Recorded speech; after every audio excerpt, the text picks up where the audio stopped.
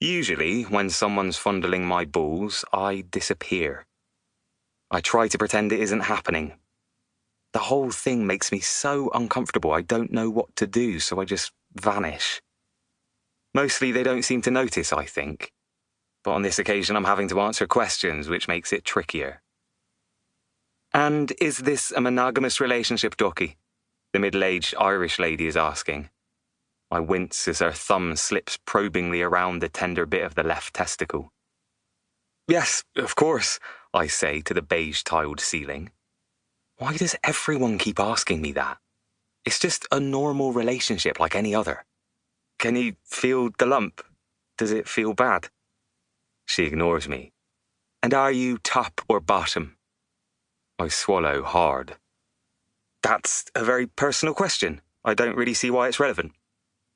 She sets me with a look. "The GP just said I had to come here because of, the area." My heart is thrumming in my neck. This is maybe the worst place I've ever been. I'm never coming back.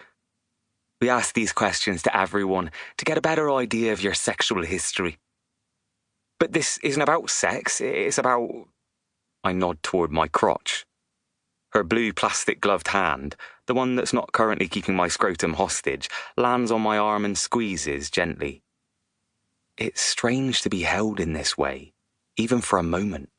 Oddly comforting. "I won't be sharing this with anyone, dear.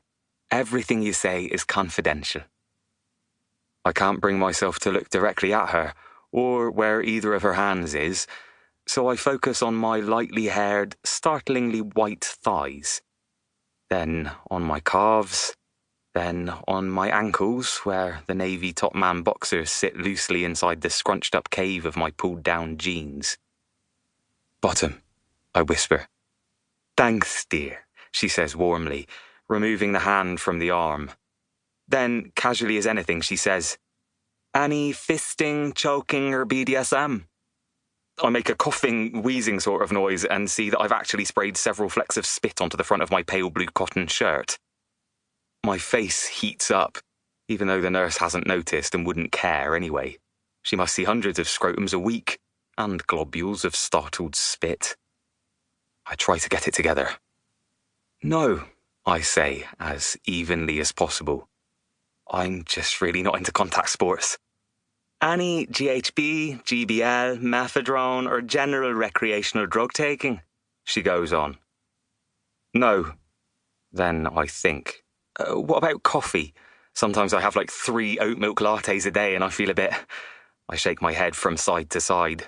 "Floopy." She ignores me again. "Any chemsex orgies?" "Is that a band?" "Any animal play?" I shake my head. She's lost me now. "I don't have any pets, but I'd love a Shih Tzu." She gives old Lefty another good squeeze. I make a gah noise. "Ew, sorry there, dear," she says, almost sings. "And do you use condoms?" Oh, so we are still talking about sex. "Yeah, I'm not an idiot," I say very quickly, too quickly.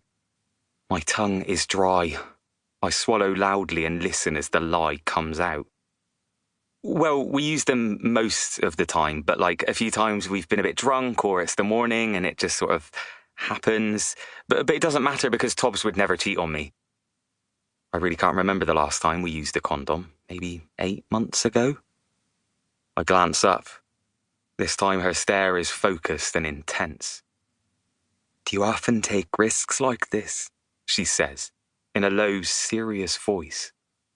"I'm in a monogamous relationship." I hear this come out much more West Country than I would like.